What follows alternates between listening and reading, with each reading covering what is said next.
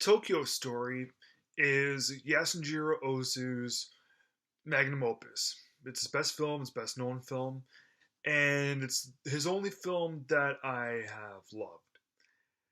I'm not just saying that because I've only seen three of his films, the other two being Floating Weeds and An Autumn Afternoon.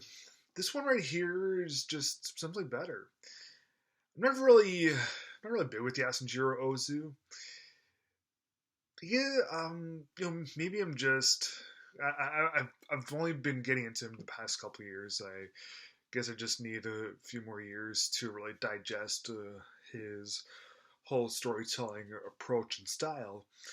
But Tokyo Story is the only one of the three films of his that I've seen where I am just moved and rocked to the core. I mean, seeing Floating Weeds and An Autumn Afternoon, well, both are good looking films, and both do have some pretty good performances. But yeah, Ozu's style just didn't really. I guess you could say kind of slowed. I mean, his moves are deliberately slow, but they didn't really do a whole lot for me.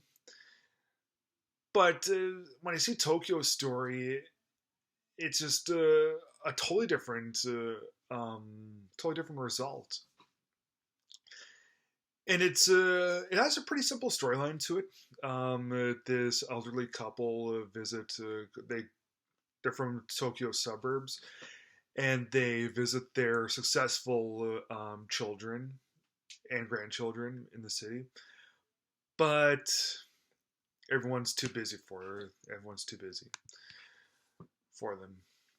So yeah, it's a pretty sad film. The grandparents they love seeing their children as successful. Like one of their children is a doctor, and some of their grandchildren are just dead set on scoring really high on their report cards. So yeah, the grandparents are pretty they're pretty proud of everyone, but at the same time, um, they crave attention. They just feel like they're not being loved a whole lot. So they're um, yeah. After some time, they some more things happen, and the movie unfolds a little bit more. I don't want to give too much away, but yeah, more sadness ends up happening, and yeah, this movie it has a pretty simple storyline, but boy, is it ever well told, ever well developed, and it's probably the easiest storyline that I've seen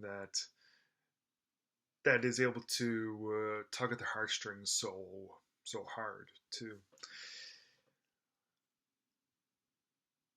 After I saw this film, I noticed that Sight and Sound, which is a British magazine or a British newspaper, I forget, but yeah, it's probably the most trustworthy film ranking um, in the world today. Um, like no disrespect to American Film Institute, but that's just American films. While Sight and Sound is all of cinema all over the world, not just America. They do critics um, and directors. Like they count down their top favorite films, and the director in their director's chair, which is kind of strange that the film that was ranked the highest by most directors was Tokyo Story. The reason I say that that's kind of weird is because the way that Ozu usually directs things,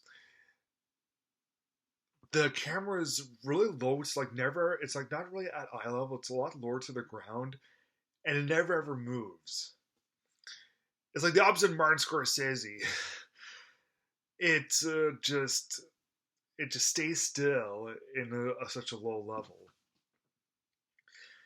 usually when you think of great directors, you think of like a Martin Scorsese or an Oliver Stone or Orson Welles, and you think of the camera moving a whole lot and cutting a whole lot. But with Tokyo Story and most of Ozu's work, nothing at all. So yeah, the fact that all these big name directors that love Tokyo Story so much, and it's probably the most simplistic camera work that you'll ever see in a film. But in the critics' our area of sight and sound, Tokyo Story was ranked number one. It was somewhere behind Vertigo and Citizen Kane, which were like the top two. Tokyo Story was like in the top 10, which I'm totally fine with.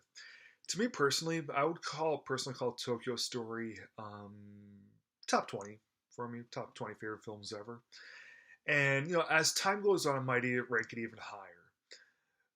I might someday call it top 10 favorite films ever.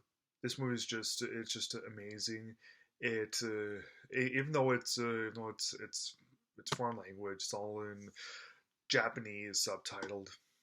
It's just so emotional and earth shattering.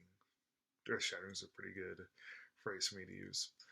Um, yeah, this movie totally brilliant. I adore this film to pieces. So 4 stars.